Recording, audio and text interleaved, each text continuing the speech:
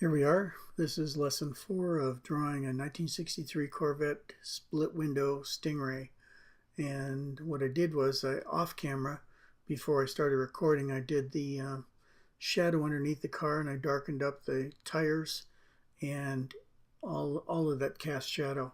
I wanted to do that because I'm going to start on the part of the body that's below the belt line, and that is in shadow, so it had to be darker. And I wanted to make sure how dark the base of the car was going to be, so that I didn't get too far dark, so that I had to make the car black or something like that.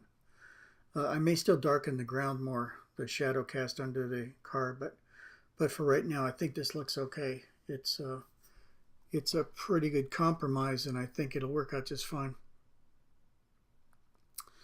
Anyway, you can see what I'm doing here is just trying to get the two phony little vents in the right proportion to one another and in the right orientation. So working on that a little bit and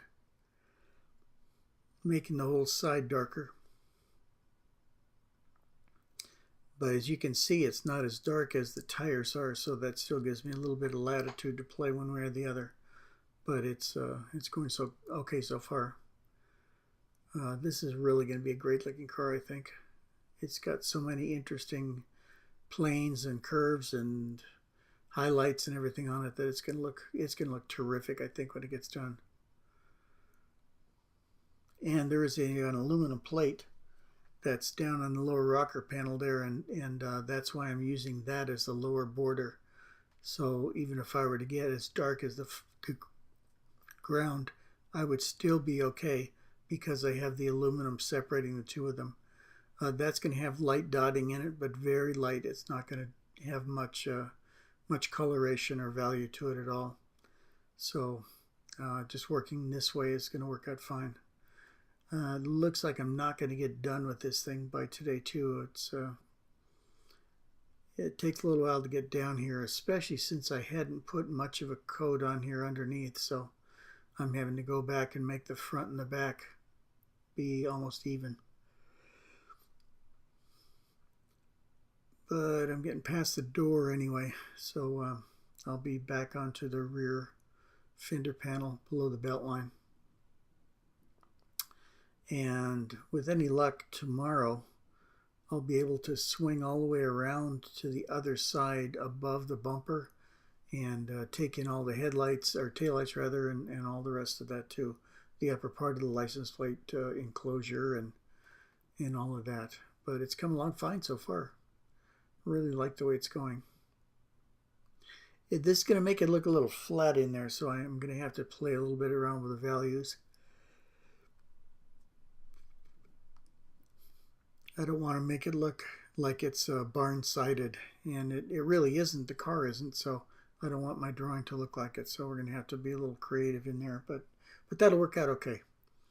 When I show the light and everything up on top, the highlights, it's going to make this look a lot better. So it's not perfect yet, but it's going to look awfully good, I think. Okay, working around the rear fender well and coming down the side.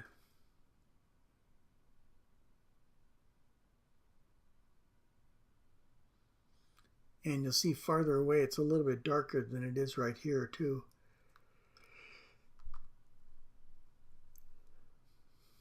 So I'm going to adjust those values when I get down to that point too. Okay, getting pretty close now. I got about half a minute left. And just trying to do a uniform value where there aren't too many big differences between one and the other. So I want to make it so it's believable, but within the range that it would be if it were from one end of the car to the other. Okay, now I am really getting close. I hope to see you back here tomorrow. We're going to do a lot more on the shading in the lower part of the car, and like I say, hopefully we'll get the whole back end done, at least the lower part of the back, or the upper part of the back end rather, and we'll get that done too. Anyway, hope to see you tomorrow.